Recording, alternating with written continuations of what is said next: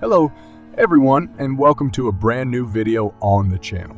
Today we are going to talk about alien encounters, real stories, and scientific evidence. Before we get started with the video, don't forget to smash the like button, share the video, and subscribe to the channel. Now let's get started. Number 10. Hudson Valley Sightings, New York, early 1980s.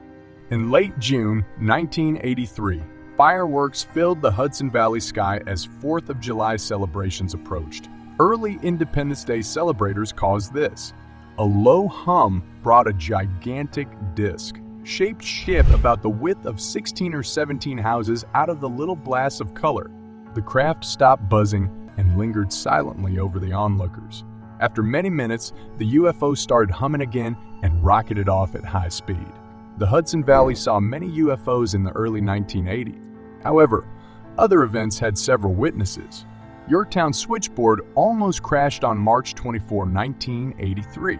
After many reports of a mysterious craft and odd lights in the sky, vehicles that stopped abruptly clogged the Taconic Parkway that evening. The driver stared up at the UFO over them. Number 9. Arthur Kill River Incident, New Jersey Turnpike, 2001. At least 15 witnesses saw odd golden-orange lights over the Arthur Kill River along the New Jersey Turnpike on July 15, 2001. They appeared to be V-shaped. The multiple stories didn't make it clear if the lights were independent creatures or part of one enormous V-shaped spaceship. Some said the lights were scattered and disappeared into the night sky one by one. Newark Airport was called but found no radar anomalies.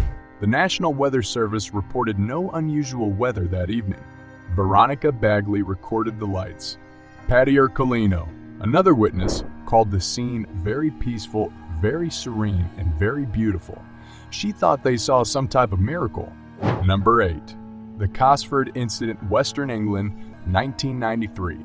More than 100 people reported sightings of a UFO above West England on March 30 and 31, 1993. According to UFO specialist Nick Pope, many spectators were active police and military personnel. Pope worked on the matter directly as part of his British Ministry of Defense duties. Most sightings described fast, moving triangular craft. A Somerset policeman was with scouts on the Quantock Hills, like two Concords flying side by side and joined together. Cornwall, Devon, the West Midlands, and two Shropshire RAF bases, RAF Shawbury and RAF Cosford, reported more sightings. Neither base radar detected the mystery craft. Pope called this considerable defense significance that should be investigated in his report. Number 7.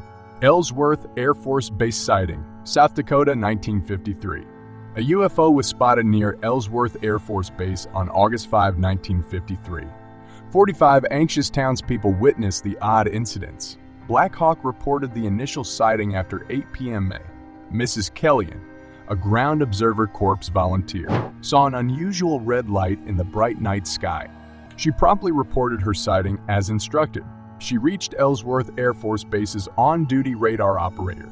Radar showed the craft approaching the base. An F-84 jet fighter on patrol targeted the item. The disc-shaped UFO fled when the F-84 approached within 5 kilometers. The F-84 returned to Ellsworth after failing to catch the UFO. Another F-84 arrived. The pilot saw it.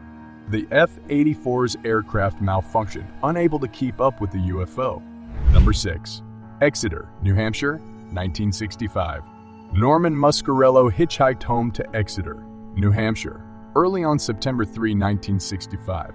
Muscarello saw a weird light in the early morning sky while patiently driving Route 150 to get his next ride. The light approached him in seconds. Muscarello fell to the roadway, fearing the weird craft might hit him. The UFO changed course at the last minute. Muscarello stood up and ran away. An hour earlier, Eugene Bertrand, an on-duty policeman, found a parked car on the side of the road. A woman inside urgently told Bertrand that a flying object had chased her. Bertrand reassured her. He left, figuring the lady was mistaken. Muscarello reached Exeter Police Station at 3 a.m. Bertrand later listened to the narrative. He drove the boy back to Route 150 to investigate. The men saw the odd craft after it was parked on the same road. The item approached again. The two men returned to the police car, frightened. Calls regarding further sightings followed shortly. Number 5. The Greifswald Lights, Germany, 1990. From August 1990 on, strange spherical lights were often observed from the Baltic seashore. Greifswald inhabitants noticed the lights moving inland on August 24. The weird spheres hovered almost still for 30 minutes at first. Witnesses took photos and videos. One of the best documented UFO sightings, 2 light sets appeared. The first set circled and stayed motionless. They moved together. Y-shaped lights were the second group. They moved freely, which was more important. Number 4. Fort Beaufort, South Africa, 1972. Benny Smith was certain he and his colleagues saw a weird UFO above his farm on June 26, 1972. He claimed they saw a top-secret military craft, not aliens. Smith's farm was 16 kilometers from Fort Beaufort in South Africa's Eastern Cape province. Smith found his farmhands cowering in a shed that June morning. They said something unusual was above the trees in one field. Smith found an unusual thing. The farmer fired his .303 at it. He insisted he had struck the mark. Bullets did nothing. Smith called the local police, who arrived to witness the craft. A UFO with 3 legs resembled an oil drum. Sergeant Kitching also shot the craft. The UFO responded to the discharge this time. It turned green. It went yellow, then pale white. Number 3. Sighting over Houston goes viral online. Houston, Texas, 2014. Houstonians spotted a circle of lights on August 11, 2014. Pictures swept social media. However, internet footage showed that the lights were moving independently and not in a circle.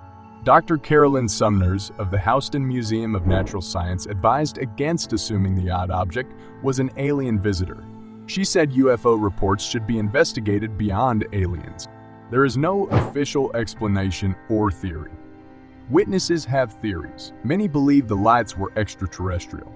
Some observed a government drone, others a football stadium's lights. Number 2.